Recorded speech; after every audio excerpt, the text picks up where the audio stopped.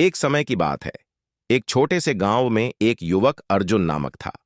अर्जुन एक साधु परिवार से था और उनकी मुख्य आजीविका कृषि थी।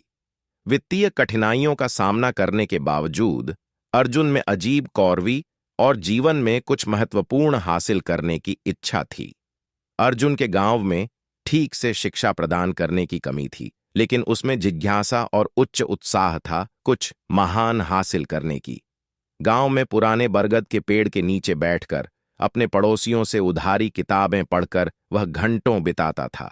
उसकी आंखों में उसके गांव की सीमाओं के पार के भविष्य के सपने चमक रहे थे। एक दिन गांव में एक यात्राएं शिक्षक जिनका नाम आनंद था, आईं। अर्जुन के शिक्षा में रुचि देखकर आनंद ने उसे अपने साथ लेने का निर्णय किया।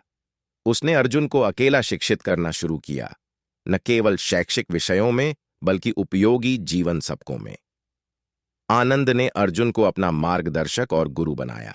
अर्जुन का अध्ययन करने के प्रति समर्पण अनुपम था। वह उदाहरणीय रूप से सुबह के पहले उठकर अपने काम पूरा करके और फिर पूरे दिन आनंद से सीखने में लग जाता था। वर्षों बीतते गए। अर्जुन की ज्ञान और बुद्धिमत्ता ने उनको उन लोगों को भी पीछे छोड़ दिया जिन्होंने बड़े शहरों में आधिकारिक शिक्षा प्राप्त की थी। अर्जुन का सपना था कि वह एक इंजीनियर बने और अपने गांव में आधुनिक सुविधाएं लाएं। आनंद अर्जुन की क्षमता को पहचानकर उसे छात्रवृत्ति के लिए आवेदन करने में मदद करते रहे। कई असफल प्रयासों के बावजूद अर्जुन अड़ंगा रहा। उसकी अड़बुढ़ी अवधि एक धरोहर संस्था की धनराशि ने मान्यता प्रदान की, जिससे उसे इंजीनियरिंग की पढ़ाई के लिए छात्रवृत्ति मिली। अर्जुन ने अपनी पढ़ाई के लिए शहर को बदला, अपने परिवार और गांव के निकट से ही रहकर। शहर विशाल, अत्यधिक और उस व्यक्ति के लिए चुनौतीपूर्ण था जो ग्रामीण जीवन की सरलता में बड़ा था। अर्जुन ने सांस्कृतिक झटकों, वित्तीय कठिनाइयों और अपने परिवार से दूर होने की तनाव से निपटा। हालांकि अर्जुन का आत्मविश्वास कभी भी नहीं हटा। उसने खुद को अपने अध्ययन में लगा दिया, खुद को समर्थन देने के लिए पार्ट टाइम नौकरियों में काम किया और धीरे धीरे शहरी जीवन का समारूप बना लिया।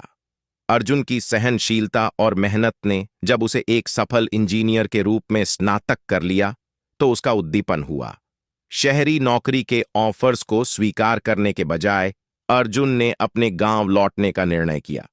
उसका दिल दरिद्रता के अभाव को देखकर चिड़पिंग था। उसने आधुनिक खेती तकनीकों का परिचय किया, सामुदायिक पुस्तकालय स्थापित किया और कौशल विकास कार्यक्रमों की शुरुआत की।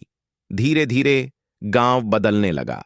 एक समय क्षेत्र जिसने कभी सुधार की आवश्यकता नहीं की थी, अब समृद्धि से हरित हो गया और ग्रामीण शिक्षा और नवाचार को अपनाया।